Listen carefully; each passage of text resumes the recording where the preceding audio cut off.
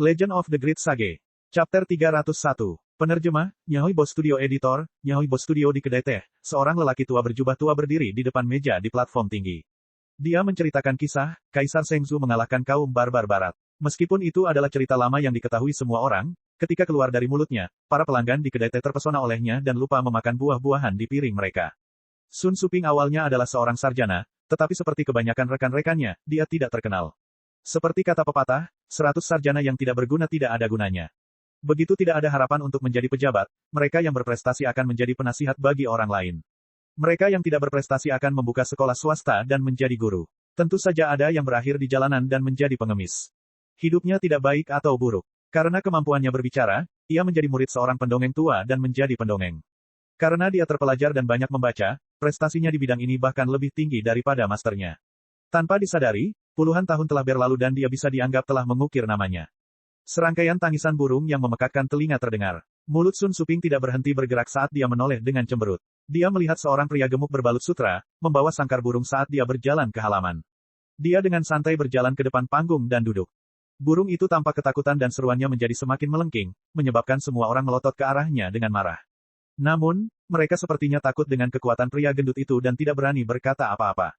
Sun Suping tidak punya pilihan selain berhenti dan tersenyum. Tuan, burung tidak diperbolehkan masuk ke kedai teh. Bolehkah saya menyusahkan Anda untuk menggantungnya di luar? Pria gendut itu memutar matanya, gantung di luar. Tahukah kamu berapa harga burungku? Jika saya kehilangannya, Anda akan membayarnya. Anda menceritakan kisah Anda dan itu menjadi kisahnya sendiri. Kalian bersaing dan lihat siapa yang lebih baik. Jangan khawatir, saya tidak akan memberi Anda satu koin tembaga pun. Aku akan memberimu lebih dari orang-orang malang ini. Petik 2. Kerutan di dahi Sun Suping semakin dalam. Dia membanting palu dan berkata, jadi bagaimana jika kamu meramalkan masa depan?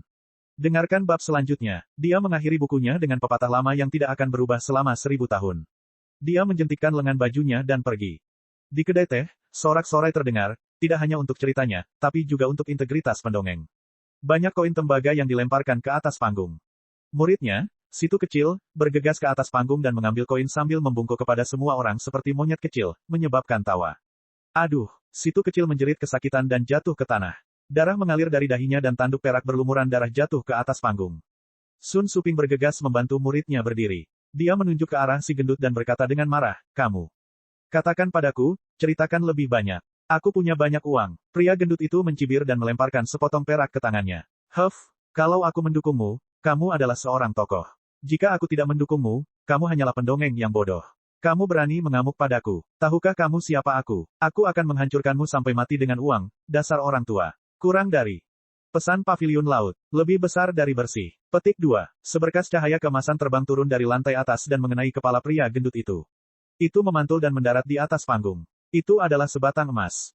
Ketika dia melihat lemak itu lagi, dia melihat wajahnya sudah berlumuran darah dan dia langsung pingsan. Tuan Matahari, penjaga toko kami mengundang Anda masuk. Seorang pria kuat entah bagaimana muncul di depan Sun Suping. Ketika Situ Kecil melihat emas itu, dia buru-buru menutupi kepalanya dan mengambil emas itu. Dia menggigitnya dan berseru kaget, Tuan, ini benar-benar emas. Potongannya sangat besar. Kepalanya segera berhenti sakit. Dia belum pernah menyentuh emas sepanjang hidupnya. Seorang anak yang tumbuh di toko beratap genteng tidak seberharga emas. Sun Suping merasa sedikit sedih. Mendongeng adalah profesi rendahan dan siapapun bisa memarahinya. Dia sudah mengalami hal ini berkali-kali, tapi dia tidak ingin anak ini menderita seumur hidupnya. Dia memutuskan untuk mengubah profesinya.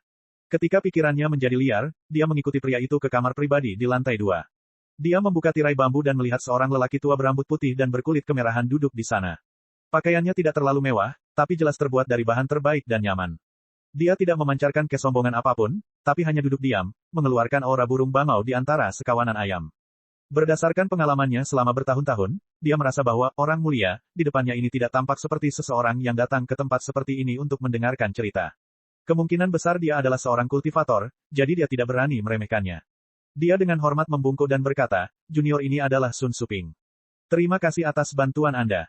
Sun Fubei memandang ke atas dan ke bawah pada pendongeng terkenal ini dalam radius 100 li. Dia mengangguk sedikit puas dan sekali lagi membenarkan pikiran Li Qingshan. Jika pendongeng ini berbicara, cerita paling biasa pun akan menjadi lebih jelas dan menarik. Saudaraku, pernahkah kamu mendengar tentang Cludwisp Society? Tidak, sekarang kamu sudah mendengarnya. Ini bukan tempat untuk bicara. Ikutlah denganku. Sun Fubei berdiri dan berjalan keluar pintu. Situ kecil memegang kepalanya dengan satu tangan dan memegang emas di tangan lainnya sambil menjulurkan kepalanya keluar pintu. Tapi aku hanya tahu cara bercerita. Sun Suping terkejut. Dia berjuang untuk membayangkan mengapa, orang mulia, yang bisa dengan santai melemparkan emas, seorang penggarap legendaris, akan mencari pendongeng seperti dia. Kalau begitu, itu sudah cukup. Sun Fubei mengusap kepala situ kecil. Ada banyak emas.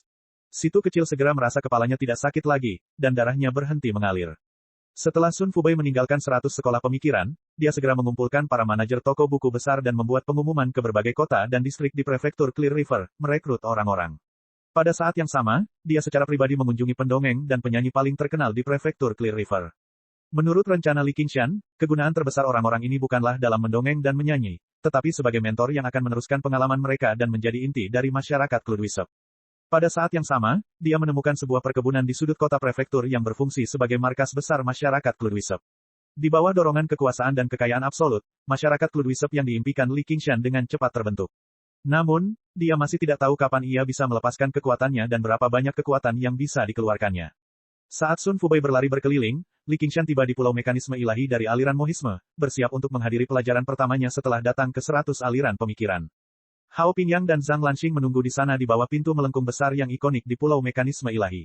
Pulau itu dipenuhi dengan berbagai mesin aneh dan bangunan tinggi. Sekelompok boneka kuda kayu berlari kencang, dipenuhi dengan vitalitas yang aneh. Mereka memasuki sebuah bangunan megah yang berbentuk seperti cangkang keong, bagi Li Qingshan tampak seperti sampah. Ia juga berputar ke atas, berhenti di sekitar lantai 2 atau 3 sebelum memasuki ruangan di tengah spiral. Ruangan melingkar itu tampak seperti cangkang keong yang terbalik. Bentuknya seperti tangga. Banyak orang sudah duduk di sana, menunggu, mengobrol dalam kelompok yang terdiri dari 3 atau 5 orang. Selain murid-murid mohisme yang berseragam hijau tinta, banyak juga murid-murid dari sekolah lain yang berseragam warna dan corak lain. Meskipun jubah hijau berwarna bambu milik Li Qingshan adalah satu-satunya dari jenisnya, jubah itu tidak menonjol di antara kerumunan. Namun, semua praktisi Qi memiliki telinga dan mata yang tajam. Melihat sekilas ke atas, topik diskusi akan berubah secara diam-diam. Chapter 302. Suara mengejek datang dari kerumunan. Li Qingshan mengangkat alisnya dan menoleh ke belakang untuk melihat siapa yang berani memprovokasi dia. Apakah itu murid Tao dari pendeta Tao tua yang ceroboh itu? Ataukah seorang murid Buddha yang tidak puas dengan Little N? Yang dia lihat hanyalah seorang pemuda berpakaian putih berpakaian seperti seorang sarjana Konfusianisme dengan 2 gadis cantik di sampingnya. Seorang murid Konfusianisme. Siapa kamu? Beritahu saya nama Anda. Petik 2. Chu Tian mendengus. Jangan berpura-pura tidak mengenalku. Aku Chu Tian. Li Qingshan menganggapnya agak familiar. Dia tiba-tiba teringat. Bukankah ini jenius yang memiliki konstitusi 5 elemen selama uji atribut? Namun, mereka belum pernah berinteraksi satu sama lain sebelumnya, jadi tidak peduli bagaimana dia memandangnya, dia sama sekali tidak menyadari bahwa dia telah menyebabkan Chu Tian kehilangan 1000 batu roh. Bahkan jika dia mengetahuinya, dia akan memarahinya dan mengatakan bahwa dia pantas mendapatkannya. Melihat pihak lain datang dengan niat buruk, Chu Tian tidak repot-repot bersikap sopan dan berkata, saya selalu terlalu malas untuk mengingat nama-nama kentang goreng kecil. Mata Chu Tian melebar karena marah. Tidak ada yang berani meremehkannya seperti ini sejak dia masih muda. Baiklah, Li Qingshan, tuan muda ini datang untuk mempermalukanmu sedikit. Jika kamu menerimanya dengan patuh, biarlah. Membuat tuan muda ini bahagia adalah berkahmu, namun kamu masih cukup berani untuk melompat dan berbicara kembali. Anda tidak tahu masalah apa yang telah Anda sebabkan. Saya melihat bahwa Anda berbakat. Sekarang, akui kesalahanmu dan panggil aku bos, dan kita akan menjadi saudara. Petik 2. Li Qingshan tercengang dengan apa yang didengarnya. Dia tidak pernah mengira akan ada orang aneh seperti itu di dunia. Bahkan amarahnya pun lenyap. Dia mengerutkan kening pada Chu Tian sebelum beralih ke Hao Pingyang. Apakah ada yang salah dengan kepala orang ini? Hao Pingyang dan Zhang Lanxing juga terkejut. Mereka tidak menyangka Chu Tian, salah satu dari 3 jenius teratas dalam ujian masuk, memiliki sesuatu yang salah dengan kepalanya. Li Qingshan adalah murid utama sekolah novel. Meskipun dia telah menarik banyak hinaan dan permusuhan, mereka yang datang ke sini semuanya adalah murid baru. Siapa yang akan membuat musuh hanya untuk kesenangan sesaat? Itu bodoh. Tapi jenius Chu Tian ini tidak memiliki pertimbangan seperti itu. Dia mengatakan sesuatu yang bahkan mengejutkan para penonton. Gadis muda di samping Chu Tian cemberut dengan genit, beraninya kamu mengatakan itu tentang kakak Tian kita, tahukah kamu bahwa kakak Tian kita adalah... Sebelum dia bisa menyelesaikan kalimatnya, Li Qingshan telah menarik Hao Pingyang menjauh seperti dia bersembunyi dari orang gila, yang segera membuat wajahnya merah padam. Chu Tian dengan marah berkata, Li Qingshan, berhenti di situ. Apakah kamu takut pada tuan muda ini? Jika Anda takut, hubungi saya bos. Kalau tidak, aku tidak akan melepaskanmu. Petik 2. Li Qingshan berkata, hanya ada satu orang dalam hidupku yang pantas aku memanggilnya Lauda. Itu tampak seperti omong kosong. Tinggal jauh dari saya. Jangan kira aku tidak berani menginjakmu hanya karena kamu brengsek. Petik 2. Pertengkaran keduanya pun sempat menarik banyak penonton. Begitu kata-kata ini diucapkan, kerumunan orang tertawa terbahak-bahak. Hao Pingyang tertawa. Metafora yang luar biasa. Hua Chenglu dan Yu Zijian juga berdiri di satu sisi. Mereka juga telah menerima bimbingan dari seniornya. Dari berbagai kursus pengantar menempa artefak, profesor dari sekolah mohisme ini mengajarkan mereka yang terbaik. Hua Chenglu tersenyum. Li Qingshan masih sama seperti saat pertama kali bertemu dengannya. Dia sangat arogan. Chu Tian tidak pernah berpikir dia akan menjadi bahan tertawaan. Dia sangat marah. Tepat ketika dia hampir kehilangan kesabarannya, seseorang berseru, "Profesor ada di sini." Semua murid kembali ke tempat duduk mereka. Meskipun Chu Tian dipenuhi dengan kebencian, dia tidak cukup berani untuk memulai perkelahian di depan profesor. Ratusan aliran pemikiran tampak terbuka dan bebas, namun bukannya tanpa aturan. Adapun aturan itu, mereka ditegakkan oleh aliran legalisme, yang terkenal dengan hukumnya yang ketat. Hao Pingyang dan Zhang Lanxing menggunakan kesempatan ini untuk mengucapkan selamat tinggal. Mereka bisa dikatakan sebagai murid senior aliran mohisme, jadi mereka jelas tidak bisa membuang waktu. Kemudian, dia datang untuk mendengarkan pelajaran dasar ini, mengatakan bahwa dia akan menjemputnya setelah kelas selesai dan membawanya berkeliling pulau mesin ilahi. Li Qingshan bahkan tidak melirik Chu Tian lagi. Dia menemukan tempat duduk di belakang dan duduk. Seluruh ruang kuliah berbentuk seperti pusaran air besar. Dia duduk di tepi pusaran air. Kebiasaan ini berasal dari kehidupan masa lalunya, yang membuatnya sedikit menghela nafas. Namun, begitu dia duduk, sebuah ruang kosong segera muncul di sampingnya. Secara khusus, seorang murid perempuan dari aliran Konfusianisme merasa jijik. Dia bersembunyi 7 atau 8 langkah jauhnya. Li Qingshan tersenyum dan tidak keberatan sama sekali. Tiba-tiba, dia mendengar suara Chu Tian. "Sekarang kamu tahu siapa yang brengsek itu." Li Qingshan mengerutkan kening. Ada hembusan aroma di sampingnya, dan Qian Rongzi duduk di sampingnya. Dia tersenyum. Pakaian bagus. Chu Tian terkejut. Qian Rongzi adalah wanita yang dia sukai. Dia langsung merasa seperti telah dikhianati, jadi dia memalingkan wajahnya dengan marah. "Apa itu?" Li Qingshan tidak membuang muka. Seorang lelaki tua kurus berambut abu-abu masuk dengan beberapa kotak di pelukannya. Dia berdiri di tengah pusaran air, di mimbar melingkar.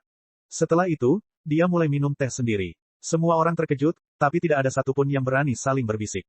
Mereka berbicara dengan ki mereka yang sebenarnya. Qian Rongzi bertanya, "Di mana Little N? Kenapa dia tidak bersamamu?" Petik 2. "Sepertinya hubungan kita belum baik. Kita bisa membicarakannya." Qian Rongzi mengungkapkan ekspresi sedih. Li Qingshan tidak tahu apakah itu asli atau palsu. Dia sedang mempelajari Cloud Bookcase Seven Lords dari Mabuyi di sekolah Yin Yang. Jika ada yang ingin kau katakan, katakan dengan cepat. Li Qingshan bisa meremehkan apa yang disebut provokasi jenius Chu Tian dan segera membalasnya. Namun, ketika dia berbicara dengannya, dia harus meningkatkan kewaspadaannya. Dia tidak ingin bermusuhan dengannya karena masalah sekecil itu. Terlebih lagi, dia merasa kepeduliannya terhadap Little N tidak palsu. Bahkan jika Chu Tian mengertakkan gigi karena kebencian, dia tidak peduli. Namun, jika suatu hari dia merasakan permusuhan dari wanita itu, maka dia hanya bisa membunuhnya. "Terima kasih, Wei Zongyuan, apakah kamu punya waktu?" Sangat mendesak. Qian Rongzi menopang pipinya dengan satu tangan. "Balas dendam harus dilakukan lebih awal. Aku tidak memintamu untuk membunuhnya sekarang. Aku masih perlu membuat rencana." Pembalasan dendam, milikmu atau milikku? Petik 2. Tentu saja itu milikku. Qian Rongzi menyentuh pipi mulusnya. Tamparan itu, dia ingin membalasnya 10 kali, 100 kali lipat. Dia berkata dengan santai, "Saya tidak sabar untuk memberitahu wakil pemimpin Sekte Wei secara detail bagaimana saya menyiksa Wei Yingji sampai mati sedikit demi sedikit. Lalu, saya menggunakan metode yang sama padanya lagi. Hehe, tidak ada yang lebih menyenangkan dalam hidup selain ini." Mengikuti prinsip bahwa musuh dari musuhku adalah temanku, Li Qingshan menarik napas dalam-dalam dan menahan keinginan untuk mengutuk. Benar-benar cabul. Qian Rongzi sepertinya menikmati ekspresi Li Qingshan dengan sangat gembira. Seolah-olah suara dalam hatinya akhirnya menemukan seseorang untuk didengarkan, dan orang itu tidak punya pilihan selain mendengarkan. "Sebagai imbalannya, aku bisa membantumu menyelidiki latar belakang Chu Tian. Dia tidak akan membiarkan masalah ini berhenti. Ada juga instruktur wanita yang berniat menyakiti Little N. Kita akan membicarakannya ketika saatnya tiba." Orang tua itu mulai berbicara. Li Qingshan berkata dengan santai. Dia tidak setuju atau menolak. Bagaimanapun, Wei Zongyuan harus mati. Adapun instruktur wanita itu, dia akan membunuhnya jika dia bertemu dengannya. Ini juga akan sedikit menyenangkan baginya. Namun, dia tidak tahu bahwa pemikiran seperti ini tidak ada bedanya dengan orang mesum di mata orang biasa. Di podium, sang profesor akhirnya berhenti meminum tehnya. Dia mengungkapkan ekspresi puas dan terbatuk 2 kali. "Rekan-rekan tahu, lelaki tua ini adalah Meng Siki." Keduanya berhenti berbicara dan fokus pada ceramah. Profesor bernama Meng Siki itu tidak mengatakan apa-apa, tetapi begitu dia mengatakannya, rasanya seperti sungai yang meluap. Dari asal mula pemurnian hingga perkembangan pemurnian, suaranya bergema di ruang kuliah seperti pusaran air, dengan jelas memasuki telinga semua orang.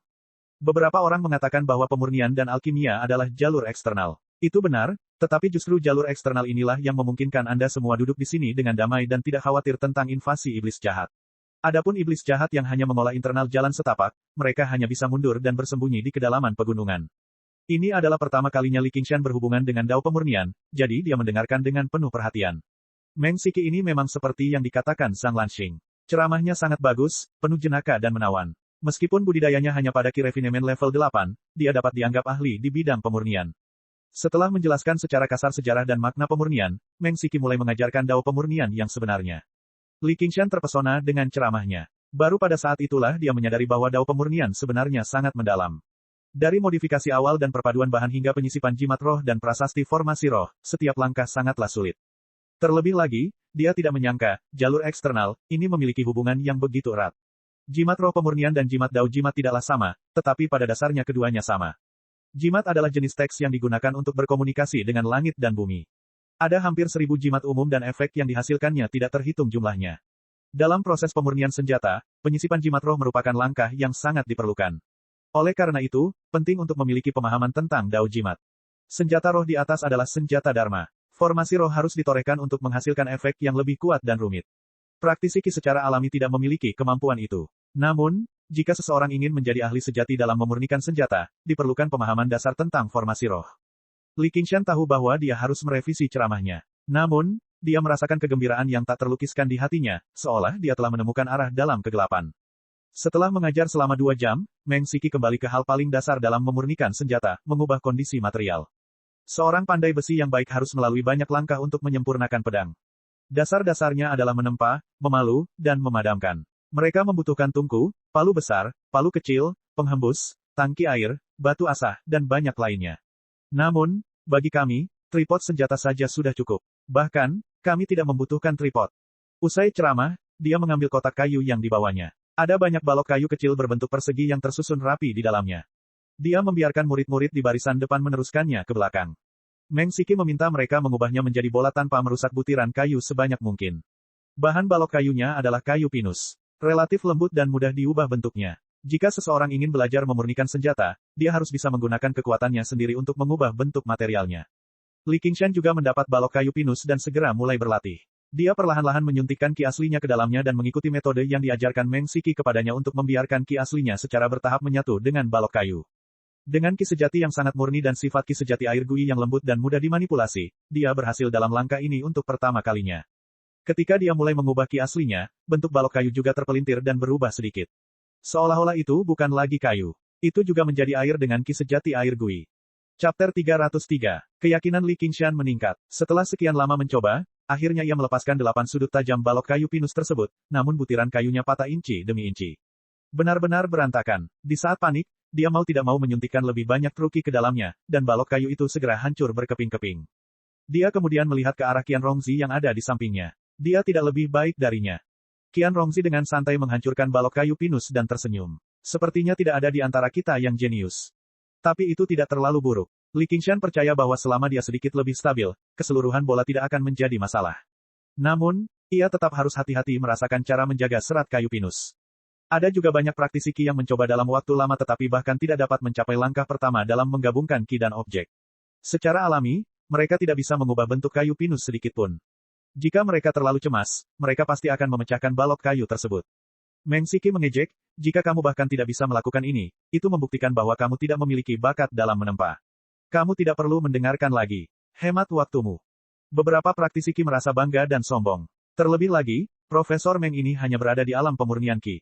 Beberapa dari mereka berdiri dan keluar. Kemudian, Meng Siki tersenyum dan berkata, sebenarnya, saya juga gagal dalam pukulan pertama saya. Semua orang tercengang. Meng Siki berkata, kesombongan adalah hambatan terbesar untuk belajar. Jika Anda bahkan tidak memiliki sedikit kesabaran, Anda benar-benar tidak perlu belajar menempa. Jangan lupa, kerja keras akan menutupi kekurangan Anda. Baiklah, tingkatkan hasilmu agar aku bisa melihatnya. Banyak bola kayu pinus yang diangkat. Tentu saja, jika mereka terlalu rendah, mereka akan terlalu malu untuk mengeluarkannya.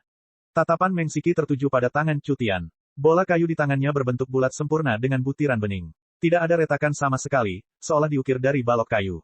Rekan Daois, silakan berdiri. Siapa namamu? Petik 2. Cutian.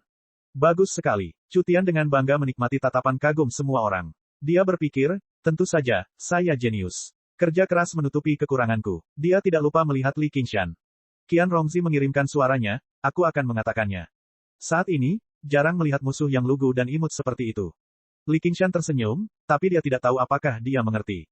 Tidak ada jeda di antara keduanya. Meng Siki baru berhenti berbicara ketika ceramah 4 jam itu berakhir.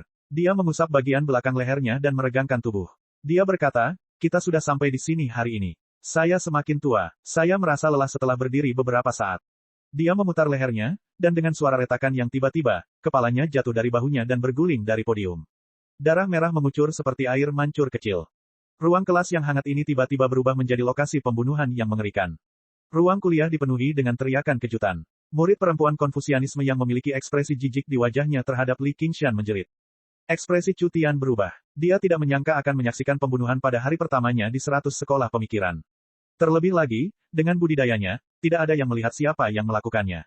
Bagaimana dia melakukannya? Dia secara naluriah melepaskan senki pelindungnya. Di ruang kuliah, semua orang dalam bahaya. Tubuh Meng Siki masih berdiri tegak. Kepala yang tergeletak di tanah berkata, Ayah, aku menggunakan terlalu banyak kekuatan.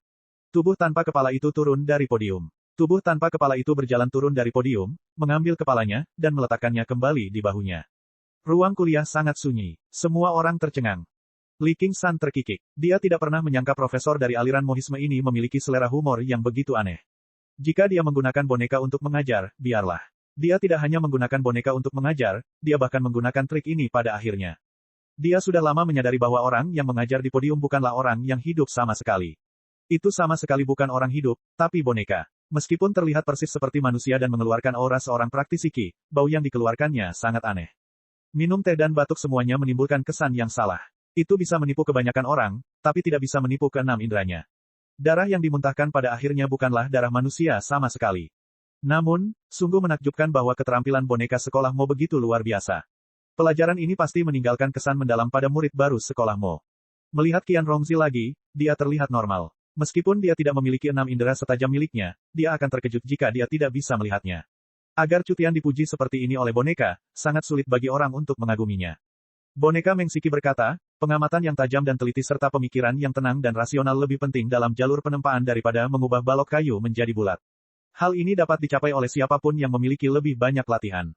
Namun, jika seseorang kurang sebelumnya, akan sulit baginya untuk menjadi ahli penempaan. Suasana ruang kuliah santai, dan gelak tawa terdengar di mana-mana. Meskipun mereka tahu bahwa mereka telah dibodohi, Meng Siki, yang bersembunyi di suatu tempat, telah memenangkan kekaguman semua orang. Namun, banyak wajah kultivator wanita yang masih pucat. Chu Tian menarik kembali senki pelindungnya. Wajahnya merah. Dia merasa kata-kata Meng Siki sengaja ditujukan padanya. Boneka Meng Siki menggunakan tangannya untuk menunjukkan kepada para murid yang baru saja menunjukkan keterkejutan. Dia bertanya kepada mereka bagaimana mereka bisa tahu bahwa dia adalah boneka.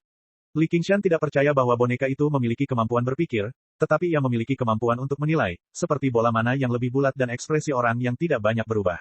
Semua ini seharusnya mengikuti prosedur tertentu. Dibandingkan dengan pertempuran, ini bukanlah hal yang sulit. Sepasang mata yang tidak berbeda dengan mata orang sungguhan seharusnya menjadi kuncinya. Saat giliran Li Qingshan tiba, Li Qingshan berdiri. Mulutnya bergerak beberapa kali, tapi dia tidak mengeluarkan suara apapun. Setelah itu, dia duduk. Profesor boneka itu berkata dengan sangat tulus, terima kasih. Li Qingshan tersenyum. Tampaknya, dia benar. Terdengar suara tawa. Hua Chenglu bersorak dalam hati. Baru saja, dia akhirnya membalas dendam karena telah dibodohi. Selain berani, orang ini juga pintar. Dia tidak bisa tidak memikirkan malam hujan di kota Lakeside, raungan nenek Simen, dan bagaimana dia menggenggam tangannya dengan sangat anggun di gang gelap dengan jubah jeraminya. Ingatan kabur ini tiba-tiba menjadi jelas. Biarpun pria seperti dia bernasib buruk dalam hidup dan secara tidak sengaja bergabung dengan sekolah novel, dia tetap bisa mencapai sesuatu. Setelah bertanya kepada semua orang, boneka Meng Siki membungkuk dalam-dalam. Terima kasih atas saranmu. Dia menunjuk ke kepalanya. Saya sudah menyimpannya di sini. Saya akan terus memperbaikinya ketika saya kembali. Sekarang, saya akan memberikan setiap murid sekotak kayu pinus sebagai hadiah. Petik 2. Para murid yang melihat melalui boneka itu berjalan ke peron satu persatu dan menerima kotak mereka. Berlatih lebih banyak. Boneka Meng Siki mengulangi kalimat ini. Ketika tiba giliran Li Qingshan, dia ingin menerima kotak itu, tetapi profesor boneka itu meraihnya dengan kuat. Aku mungkin boneka, tapi kamu tidak bisa membodohiku. Li Qingshan tahu bahwa orang yang berbicara dengannya bukan lagi boneka di hadapannya. Dia tersenyum. Ya, Profesor. Boneka Meng Siki melepaskan tangannya dan menepuk bahu Li Qingshan. Aku pernah mendengar tentangmu dari Pingyang. Sering-seringlah datang di masa depan. Li Qingshan menyimpan buku catatannya dan berjalan keluar dari gedung tinggi seperti keong. Hari sudah senja. Sebelum dia menyadarinya, satu sore telah berlalu. Sambil memegang kotak kayu kecil itu, dia merasa sangat puas. Ini adalah pelajaran pertamanya, dan dia akhirnya mengambil satu langkah maju. Hao Pingyang dan Zhang Lanxing sedang menunggu di bawah lampu jalan di seberang jalan. Ya, itu adalah lampu jalan. Tiang panjang itu menyalakan lampu kuning redup yang menerangi sebagian besar jalan. Sudah ada serangga kecil yang tertinggal di bawah cahaya. Li Qingshan, berhenti di situ. Li Qingshan hendak berjalan ketika sebuah teriakan datang dari belakangnya, menarik perhatian banyak orang. Saya hampir melupakan orang ini. Li Qingshan berbalik dan berkata kepada Chu Tian, "Nak, apa yang kamu inginkan?" Akademi 100 sekolah dengan tegas melarang perkelahian pribadi. Orang yang menyerang lebih dulu akan dihukum lebih berat lagi, dan itu tidak akan cukup jika mereka hanya menderita sakit fisik. Mereka masih bisa berperan sebagai pahlawan di depan orang lain. Hukumannya adalah batu spiritual yang sebenarnya. Li Qingshan awalnya mengharapkan lingkungan yang stabil seperti ini, tapi sekarang dia sedikit tidak senang.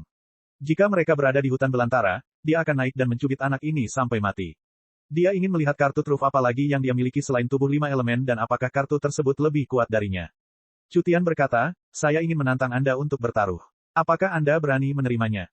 Li Qingshan sangat terkejut. Ada hal yang bagus. Chu Tian dikejutkan oleh ekspresi Li Qingshan. Jantungnya berdebar seperti drum, tapi dia segera tenang. Li Qingshan baru berada di lapisan ke-6 pelatihan Qi. Bahkan jika dia mengetahui teknik pemurnian tubuh, tidak ada yang perlu ditakutkan. Apakah kamu menerima atau tidak? Oke, apa yang ingin kamu pertaruhkan? Katakan padaku. Seni bela diri, tentu saja. Atau kamu ingin melihat siapa yang lebih tidak berguna? Kalau begitu, aku tidak bisa dibandingkan denganmu, haha. Chu Tian tertawa beberapa kali, tetapi ketika dia menyadari bahwa tidak ada yang menjawab, dia berhenti. Li Qingshan berkata, "Oke, tidak masalah. Waktu, tempat, dan taruhan." Chu Tian berkata, tempat itu secara alami adalah lapangan seni bela diri besar di pulau perang besar di sekolah militer. Taruhannya adalah 1000 batu spiritual, tidak, 2000 batu spiritual. Waktunya akan menjadi 3 bulan dari sekarang. Petik 2. Dia tidak menginginkan apapun selain memberi pelajaran pada Li Qingshan saat ini, tetapi mau tak mau dia merasa tidak nyaman. Itu sebabnya dia menundanya menjadi 3 bulan dari sekarang. Setelah dia datang ke sekolah Konfusianisme, dia menerima telapak tangan 5 elemen yang diajarkan secara pribadi oleh Liu Changqing, yang memungkinkan dia untuk mengolah 5 jenis Qi sejati pada saat yang bersamaan. 3 bulan sudah cukup baginya untuk mencapai kesuksesan kecil. Pada saat itu, belum lagi pelatihan Qi lapisan ke-6, bahkan lapisan ke-9 atau ke-10 pun tidak akan menjadi masalah. Di sisi lain, kemajuan Li Qingshan di sekolah novel pasti lambat. Dengan ini, dia tidak perlu menggunakan sesuatu seperti itu untuk mendapatkan peluang kemenangan mutlak. Mau tak mau dia merasa sedikit berpuas diri atas kecerdasannya, tetapi dia juga khawatir Li Qingshan tidak akan menerimanya. Baiklah, 3 bulan dari sekarang. Li Qingshan langsung menyetujuinya. Yang paling dia kurangi saat ini adalah waktu. Dalam 3 bulan, pada dasarnya dia akan mampu mencerna semua pil yang dia kumpulkan di kantong 100 harta karunnya. Itu sudah cukup baginya untuk meningkatkan kekuatannya sebagai Dasmon dan kultivator manusia. Kata-kata Chu Tian tepat seperti yang dia inginkan. Hanya dengan beberapa kata, mereka menyetujui taruhan tersebut. Li Qingshan berbalik dan pergi. "Hei, Li Qingshan." Hua Chenglu bergegas mendekat dan menggerutu, "Mengapa kamu tidak menyapaku ketika kamu melihatku? Begitu banyak hal yang telah kamu lalui bersama saat itu." Yu Zijian berkata, "Kakak Li." Chu Tian melihat dua wanita cantik mendekati Li Qingshan, dan kecemburuannya semakin membara. Hua Chenglu diam-diam berkata, "Kamu tidak bisa melawannya. Kamu pasti tidak akan bisa menang." Mengapa? Chapter 304. Ini adalah pertama kalinya Li Qingshan mendengar istilah ini. Dia merentangkan tangannya dan berkata, "Karena aku sudah setuju, siapa peduli apa itu." Tidak mudah bertarung di 100 aliran pemikiran. Kurang dari. Hua Chenglu mengangkat jari telunjuknya ke bibir. Melihat banyak orang memperhatikan mereka, Li Qingshan berbisik, "Ini bukan tempat yang baik untuk berbicara. Teman saya meminta saya pergi ke gedung Bai Wei. Sebaiknya saya pergi. Aku mendengarnya dari kakakku. Kaum legalis mengadakan pertemuan malam ini, jadi aku tidak akan pergi. Pokoknya, berhati-hatilah." Hao Pingyang berkata, "Apakah itu saudara perempuan Komandan Hua? Saya tidak menyangka kamu begitu akrab dengan keluarga Hua." "Mereka semua orang baik." Zhang Lanxing dengan cemas berkata, "Apakah kamu benar-benar ingin melawan Chu Tian?" "Haha, anak itu sedang mendekati kematian." Hao Pingyang sangat percaya diri pada Li Qingshan. Saat itu, ketika dia baru berada di lapisan kedua pelatihan Qi, dia sudah sangat kuat. Sekarang dia berada di lapisan ke-6 pelatihan Qi, mengapa dia takut pada anak-anak yang levelnya sama dengannya? Li Qingshan tersenyum dan berkata, "Ayo, kita makan." Meski kata, reinkarnasi makhluk surgawi, membuatnya agak khawatir. Di Menara 100 Rasa, Xiao Chen menatap danau ular naga di bawah matahari terbenam. Dia minum sampai mabuk. Langit sudah gelap, dan dia kembali ke Pulau Kludwisep. Saat Liu Chuanfeng sedang menggigit penanya, tenggelam dalam pikirannya, sebuah lampu di atas meja bersinar terang, menerangi seluruh ruangan. Kamu ingin berduel dengan seseorang. Li Qingshan melepas sepatunya di koridor dan duduk di atas meja. Ya, coba saya lihat. Bagaimana kabarnya? Liu Chuanfeng sedang mempersiapkan novel barunya. Tentu saja tidak akan ada bagian erotisnya, sehingga bisa disebarkan melalui berbagai saluran. Ini baru permulaan. Apa bagusnya duel? Lebih baik tinggal di rumah dan menulis novel. Liu Chuanfeng segera mengambil kembali naskah itu. Jika aku menang, aku akan mendapat 2000 batu roh. Bunuh dia. Ngomong-ngomong, tahukah kamu apa itu reinkarnasi dewa? Liu Chuanfeng berkata, mengapa kamu bertanya? Cutian itu tampaknya adalah reinkarnasi dari makhluk surgawi. Li Qingshan mengeluarkan sepotong kayu pinus, menyuntikkannya dengan ki asli, dan melanjutkan pemurniannya. Apa? Tidak setuju. Alasan, kau tahu bahwa selalu ada langit di balik langit, kan? Yang disebut makhluk surgawi adalah mereka yang berada di luar langit. Karena berbagai alasan, mereka menemui ajalnya, namun roh mereka tidak lenyap, dan mereka bereinkarnasi ke dalam dunia ini, dunia. Mereka dilahirkan dengan penampilan yang aneh, dan tulang mereka jernih, dan nasib mereka dalam. Terlebih lagi, begitu mereka tercerahkan, mereka menjadi lebih kuat. Reinkarnasi seorang deva. Tidak heran, Li Qingshan merenung. Dia telah melihat banyak praktisi Qi, baik mereka teman atau musuh, tetapi ini adalah pertama kalinya dia bertemu seseorang seperti Cutian. Dengan temperamen dan kecerdasan Cutian, benar-benar tidak terbayangkan bahwa dia bisa mencapai pelatihan Qi lapisan ke-6 di usia yang begitu muda. Ternyata dia adalah seorang transmigran sama seperti dia. Dunia ini begitu luas, dan ada banyak sekali orang yang mengalami pertemuan dan peluang yang tidak disengaja. Dia bukan satu-satunya, dan dunia di luar langit bukan miliknya sendiri. Liu Chuanfeng berkata, kamu tidak perlu takut kehilangan muka. Duel antara murid dari dua keluarga memerlukan persetujuan dari kepala kedua keluarga. Tidak apa-apa selama saya bersikeras untuk tidak setuju. Tidak, kamu harus setuju. Li Qingshan meremukkan kayu pinus di tangannya. Anda, jangan khawatir, aku akan menang. Li Qingshan mengambil kayu pinus lainnya. Dia tidak percaya bahwa dia tidak bisa mengalahkan burung bodoh, tidak peduli dari siapa dia bereinkarnasi. Namun, dia tidak akan gegabah. Meningkatkan level pelatihan Qi-nya secara alami adalah hal yang paling penting, dan dia masih memiliki kartu truf. Liu Chuanfeng tidak bisa menghalanginya, jadi dia hanya bisa setuju. Setelah beberapa kata lagi, Li Qingshan meminjam tablet pinggang Liu Chuanfeng dan pergi ke formasi budidaya.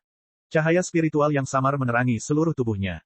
Dia mengeluarkan artefak spiritual tingkat tertinggi, kaligrafi pedang kursif, dari 100 kantong harta karunnya. Ini adalah kartu truf terkuat yang bisa dia gunakan dalam wujud manusianya. Bahkan sebelum dia membentuk lautan Qi, kekuatan kaligrafi pedang kursif tingkat tertinggi ini sudah menakutkan. Itu sudah cukup untuk mengancam praktisi Qi lapisan ke-9. Kurang dari.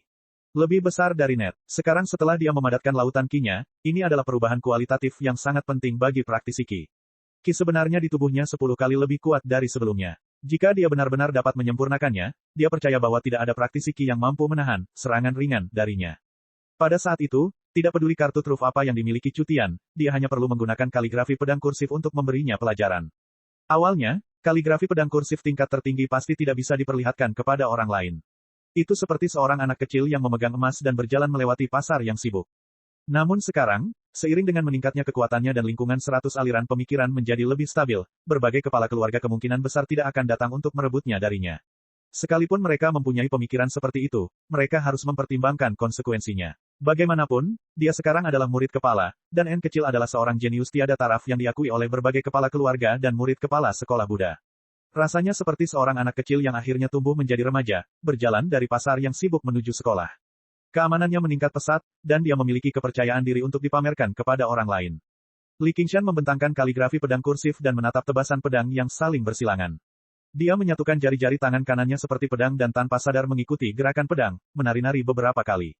Meskipun dia tidak dapat memahami maksud pedang di dalam dirinya dengan segera seperti Xiao An, dia perlahan-lahan merasa seperti telah mendapatkan sesuatu. Dibandingkan saat dia pertama kali mendapatkan kaligrafi pedang kursif di sarang bandit gunung, wawasan dan pengalamannya telah meningkat lebih dari 10 kali lipat. Dia secara bertahap dapat memahami banyak hal yang tidak dapat dia pahami. Li Qingshan memberi isyarat sebentar dan memutuskan untuk memulai bisnisnya terlebih dahulu. Dia memegang kedua sisi gulungan itu dengan kedua tangan, dan ki sejati air gui di lautan Qi-nya segera melonjak, bergegas menuju kedua lengannya dan mengalir ke kaligrafi pedang kursif. Sapuan kaligrafi pedang kursif menyala satu persatu. Jumlah mereka lebih banyak dan lebih terang dibandingkan sebelumnya. Memurnikan artefak roh adalah suatu hak istimewa yang hanya dimiliki oleh praktisi Qi yang telah memadatkan lautan Qi. Mereka harus menggunakan ki sejati mereka untuk meninggalkan jejak mereka pada artefak roh, menyebabkan lautan ki di dantian mereka beresonansi dengan artefak roh itu sendiri. Jika itu pedang terbang atau pisau terbang, mereka bisa mengendalikannya. Namun, menyempurnakan artefak roh tingkat tertinggi tampaknya agak sulit bagi Li Qingshan, yang hanya berada pada penyempurnaan ki tingkat ke-6. Setelah lebih dari separuh goresan pada kaligrafi pedang kursif menyala, mereka berhenti, ki aslinya habis. Cahaya biru bersinar di mata Li Qingshan. Dia secara alami memilih untuk menyempurnakan artefak roh dalam formasi ini karena dia memiliki rencana dalam pikirannya. Bintik cahaya yang bisa dilihat dengan mata telanjang melintas dalam formasi dan menyatu ke dalam tubuhnya. Lautan kidantiannya yang hampir habis sekali lagi terisi dan dimasukkan ke dalam kaligrafi pedang kursif. Kecemerlangan mewarnai guratannya, menyinari kegembiraan di wajah Li Qingshan. Saat dia akan berhasil, senyuman di wajah Li Qingshan membeku. Proses pemurnian artefak roh berhenti sekali lagi, tapi itu bukan karena dia tidak memiliki cukup ki yang sebenarnya. Setiap goresan dari kaligrafi pedang kursif, berputar dan bergetar, kecemerlangannya berkedip-kedip. Li Qingshan berpikir, oh tidak. Dengan membalikkan tangannya, dia mengarahkan kaligrafi pedang kursif ke arah luar. Pada saat yang sama, kaligrafi pedang kursif bersinar dengan cahaya yang menyilaukan. Pedang ki yang tajam dan menakutkan melonjak. Pedang ki tidak teratur dan niat pedang tidak memiliki tujuan. Namun, Li Qingshan merasakan dingin yang menusuk tulang saat dia memegang kaligrafi pedang kursif. Kekuatan yang dikeluarkan oleh artefak roh tingkat tertinggi terlalu menakutkan. Jika itu ditujukan padanya, bahkan luka berat pun akan dianggap ringan kecuali dia bertransformasi terlebih dahulu dan melepaskan cangkang mendalam dari penyuruh. Ada kilatan cahaya, dan pedang ki serta niat pedang sepertinya tidak pernah ada sejak awal. Waktu seolah berhenti sejenak. Dengan adanya retakan, pilar-pilar bangunan bambu itu tiba-tiba terbelah. Setelah itu, seolah-olah ada semacam mekanisme yang dipicu, bangunan bambu yang indah dan megah itu hancur berkeping-keping. Itu tidak runtuh, tapi tersebar. Li Qingshan merasakan bidang penglihatannya melebar. Ruang kosong berbentuk kipas muncul di hadapannya. Formasi ini awalnya terletak di tengah-tengah halaman. Kini, dia bisa melihat hutan bambu di luar halaman. Astaga, apa yang kamu lakukan? Liu Chuanfeng mendengar gangguan itu dan bergegas mendekat. Melihat ini, dia tercengang. Saya sedang menyempurnakan artefak spiritual. Li Qingshan menjawab dengan jujur. Dia bahkan menunjukkan kaligrafi pedang kursif di tangannya. Dia sudah mengambil keputusan. Jika perlu, dia akan menunjukkan kaligrafi pedang kursif kepada orang lain, jadi dia tidak perlu menyembunyikannya dari Liu Chuanfeng. Lagi pula mereka berdua berada di perahu yang sama. Itu artefak spiritual tingkat tertinggi. Kamu benar-benar menyempurnakan artefak spiritual tingkat tertinggi. Liu Chuanfeng telah mengetahui bahwa murid utamanya ini tidak semiskin praktisi ki pada umumnya. Namun, dia masih sangat terkejut ketika dia mengeluarkan artefak spiritual tingkat tertinggi. Li Qingshan berkata, apa, tidak bisakah? Ki sejati saya sangat murni. Petik 2.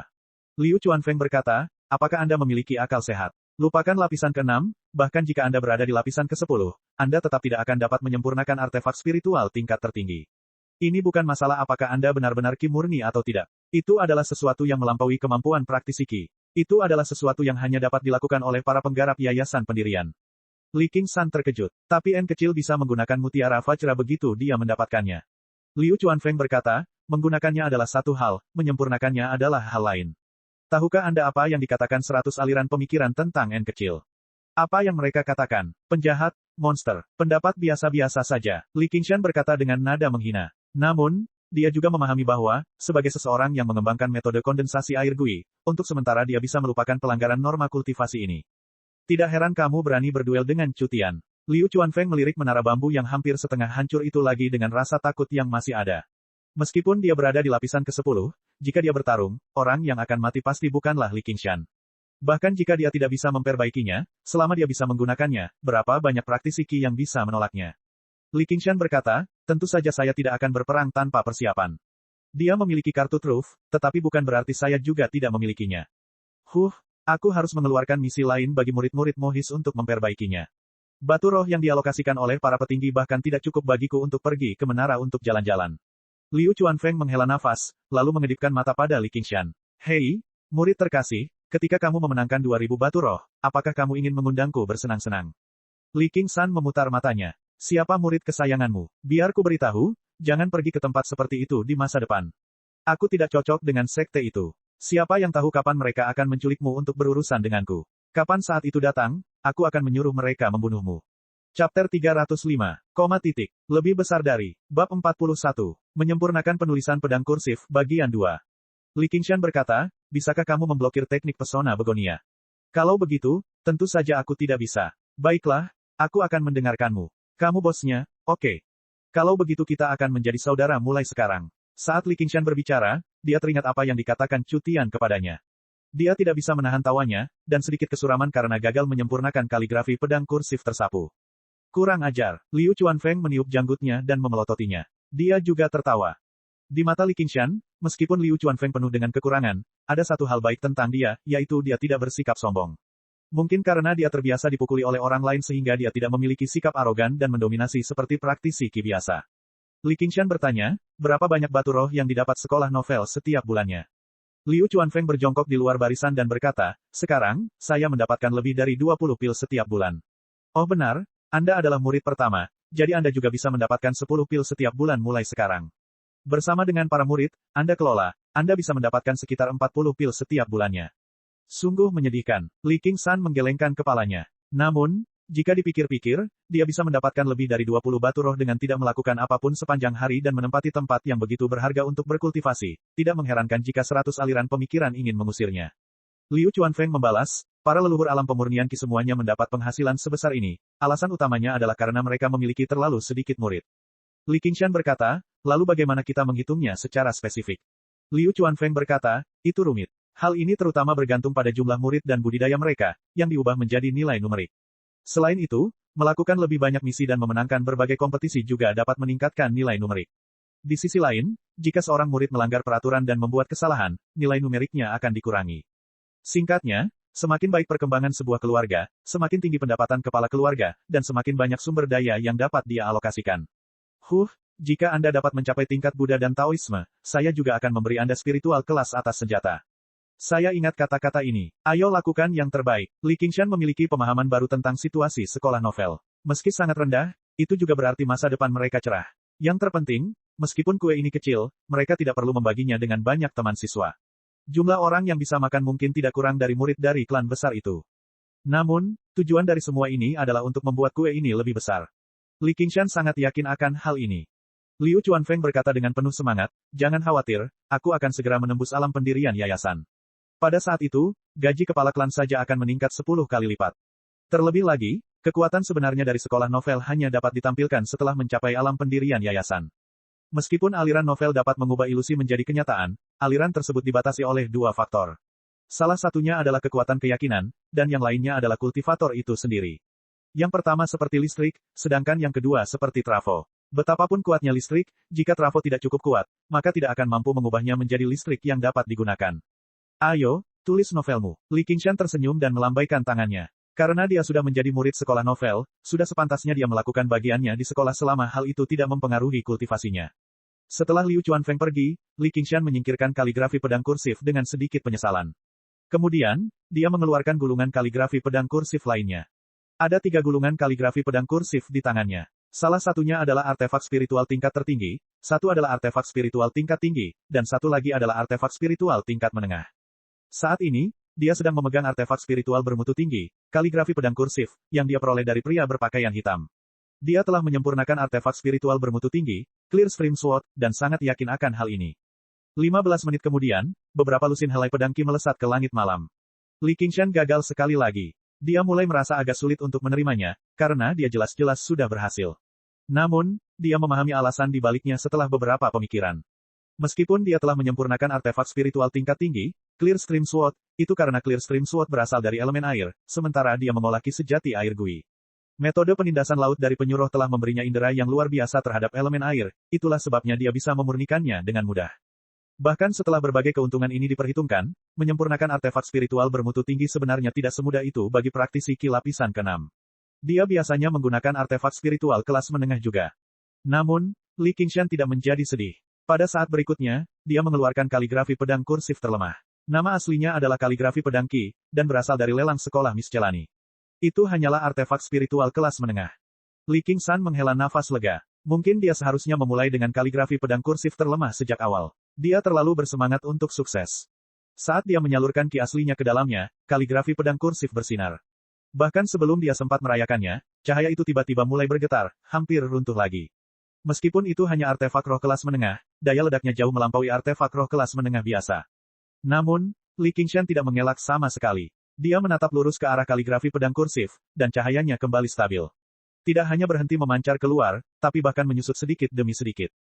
Tiba-tiba, Li Qingshan melihat pukulan memutar itu tiba-tiba bergerak. Tidak, bukan pukulannya yang bergerak, tapi pedang yang tak terhitung jumlahnya terayun. Goresannya adalah lintasan yang mereka tinggalkan, seperti jejak kaki yang ditinggalkan seorang musafir di gurun pasir.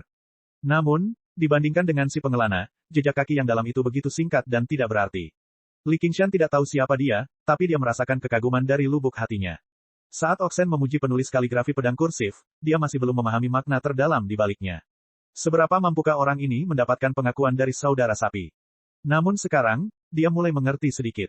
Mungkin gaya pedang ini seharusnya tidak muncul di dunia ini. Saat dia menghela nafas, Li Qingshan akhirnya selesai menyempurnakan kaligrafi pedang kursif. Namun, sebelum dia bisa menghela nafas lega, sesuatu telah terjadi. Beberapa lusin helai pedang Qi tiba-tiba menyapu kembali, mengalir melalui meridiannya dan mengalir ke lautan Qi-nya. Begitu pedang Qi masuk, lautan Qi-nya segera mulai bergejolak. Dia merasakan gelombang rasa sakit yang menusuk. Spirit Turtle menekan lautan. Li Qingshan berteriak. Inti Daemon Penyuruh muncul, dan beberapa lusin helai pedang Qi ditekan dengan kuat, tidak bisa bergerak. Namun, mereka menolak untuk hancur di bawah tekanan tersebut. Mereka mengembun menjadi sesuatu yang nyata, berenang di lautan Qi-nya. Li Qingshan masih terguncang. Dia merasakan lapisan keringat dingin muncul di punggungnya. Jika tubuh aslinya bukan Dasmon hebat dengan tubuh tangguh, tendon dan pembuluh darahnya pasti sudah putus. Jika dia tidak mengetahui metode penindasan laut penyuruh, dia juga tidak akan bisa menghindari nasib inti tubuhnya yang hancur. Dia tidak menyangka kaligrafi pedang kursif memiliki jebakan yang begitu kejam. Saat ini, dia sangat senang karena dia belum menyempurnakan kaligrafi pedang kursif tingkat tertinggi. Dia bahkan tidak ingin memikirkan tentang apa yang akan terjadi jika pedang Qi yang kejam yang telah menghancurkan lebih dari 10 bangunan bambu meletus di tubuhnya. Dia pada dasarnya telah menyaksikan bahaya komunitas budidaya sekali lagi. Dia bisa membayangkan bagaimana orang-orang yang telah memperoleh kaligrafi pedang kursif sebelum dia akan menyempurnakannya dengan gembira, hanya untuk dibunuh pada saat berikutnya. Tiba-tiba, dia merasa ada sesuatu yang muncul di kepalanya. Cek. Subscribe channel, like, share dan komentar.